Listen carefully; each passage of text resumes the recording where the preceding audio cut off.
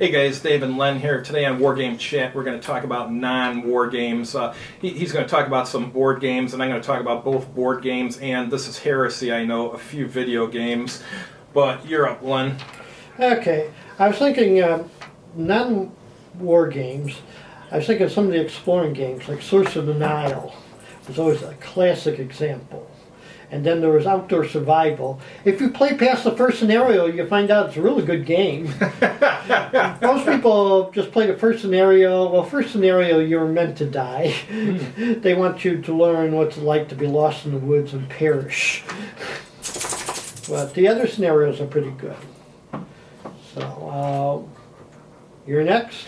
All right, let's do some video games.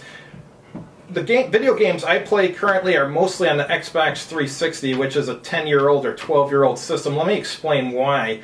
I can get the games on eBay. Most of the games I get for about $4.50 to about $5.50 with free shipping. And I mean, these are games that originally went for $60, $70. So the ones I recommend for wargamers would be Warhammer 40K Space Marine. That is the best Warhammer 40K video game ever made. It is just awesome. You're a Space Marine captain and you're fighting orcs, you're fighting Chaos Space Marines and everything.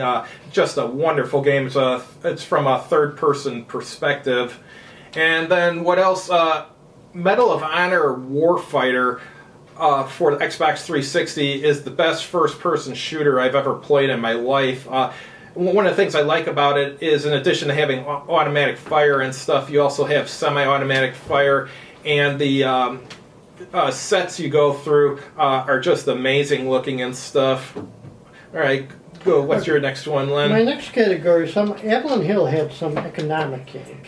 The one I played the most was their stock market game, which I thought was actually pretty good. There's one about investing in gold that I haven't tried. Another one about business, executive decision.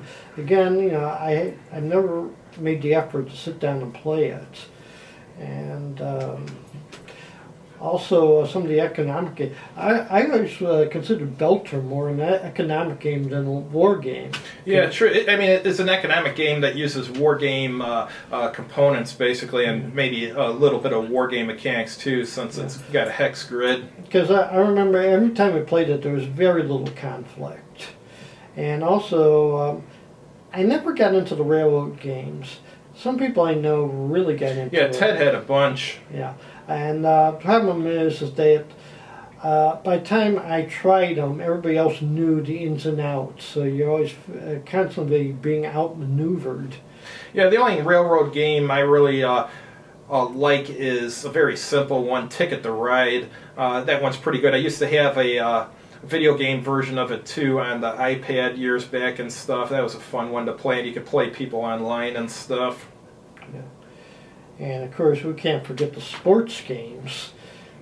And which was your favorite of the sports games? Was it the hockey one we played, or? Did we try?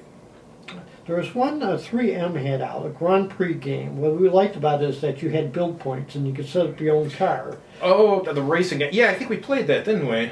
Yeah. Also, there's another one Avalon Hill had about Le Mans, where you get to set the gear shifts and everything, and you had different classes. Oh, that's cool.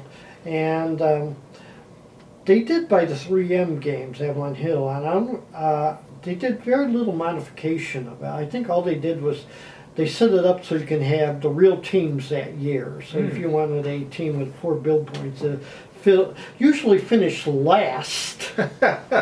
Because once at Gen Con we had that, and we picked the cars randomly, and I had some clunker of a car with 4 build points. But the thing is, everybody's racing like mad, and since I had a crummy car, I just raced carefully, and soon they all crashed. And pretty soon I'm catching up with the first place guy. I was actually like only a couple spaces behind him when he won. Because I played that big game all the time. And of course, we cannot forget Stratomatic. Eat, Sleep, Strat. It's a cult. And I mostly played their hockey game.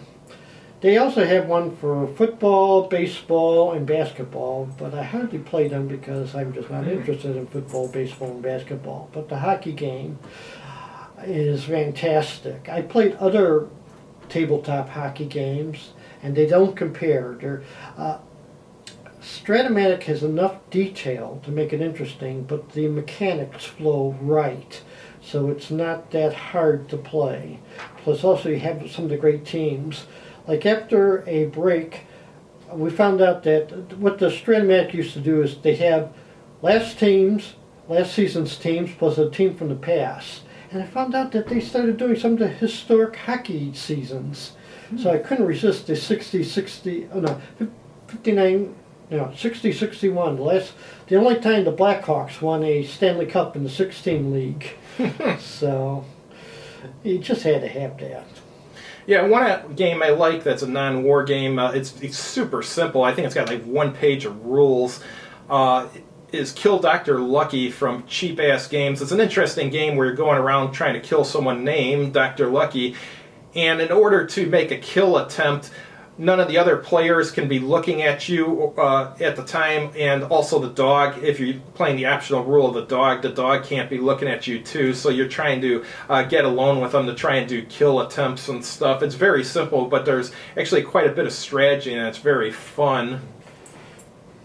Yeah, because that's kind of, I tried a lot of the Euro games. I tried, was it Settlers of Catan? Oh, I like that one. Yeah, I just haven't played it enough to get into the real mood of that. My only complaint about Settlers of Catan is you need 3 players. I've tried it with 2 players. It doesn't work well with 2 players. You literally need 3.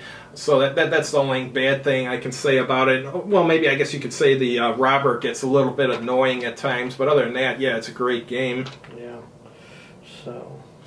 As far as a few other video games, now that I'm being heretical and talking about video games, would be one that I'm playing right now for the Xbox 360 is Batman Arkham City. That is just fantastic. The way he moves through cities and stuff, throwing grappling hooks and stuff and moving from rooftop to rooftop, it almost feels like he's Spider-Man or something. He's got all these different tools and stuff. Like he's got a boomerang. He's also got a remote control boomerang. He's got liquid explosives, a disruptor to disrupt Mr. Freeze's gun, and a line he shoots that allows him to move horizontally from one room to the other, kind of holding on to the line, which is kind of cool, and a bunch of other stuff too. And he's also got ways to hack computers and stuff. So yeah, I haven't finished it yet. I'm about probably 3/4 of the way through the game, but it's really good. And then, oh, go ahead. I was thinking, I don't know if this counts as a real war game. Task Force Games had a Three Musketeer one. And there was a lot of, like, looking for secret passages and climbing up walls and all this daring do stuff. I remember that, yeah. And also, Yakinto had one where you were, I forget what they call it. You're either a pirate or you had a brawl. Yeah, the one where you can take someone and throw them down the bar and stuff. I know exactly what you're talking about. Or you could swing by a chandelier and wave the hat in their face. Mm-hmm. And, that's, it's not exactly a war game, but it is kind of something, a conflict game. An adventure game.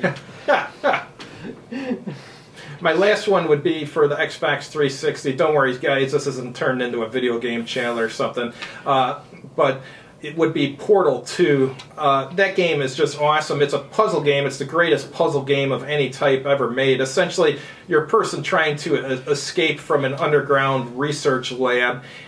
And the only weapon you have is a portal gun, and it shoots a blue portal and a yellow portal. And if you walk through the blue portal, you go through the yellow one, so you can use the portal to move around and stuff. And the whole game is like basically like a complex puzzle that's a lot of fun, trying to find your way out of these rooms and stuff. So that, a lot of people have called that the second best video game ever made. I think they're wrong. I think it is the best video game ever made. Second best, I would say, would be Half-Life 2. But, alright, don't worry, guys. That's it with the video games. Which one did you say you liked? Portal 2. Portal 2. Yeah. Portal 1's good, too, but Portal 2 is better. I've been avoiding anything in video games because I figure it's going to take up too much of my life. I avoided them. I think at one time there was one, I think Jane's had some site where you could fly World War One aircraft. And like I said, it was taking up time. And the only time I've been tempted when I've seen this World of Warships, and I keep on thinking, which battleship do I want? Which battleship do I So, oh boy. Got any other games or? That's all I can think of, basically. Non-war games, because I defined it as where you did very little fighting. Mm-hmm. All right, guys. Thanks. We'll in I think it's 3 weeks. We'll have a new episode for you. Have a good evening. All right.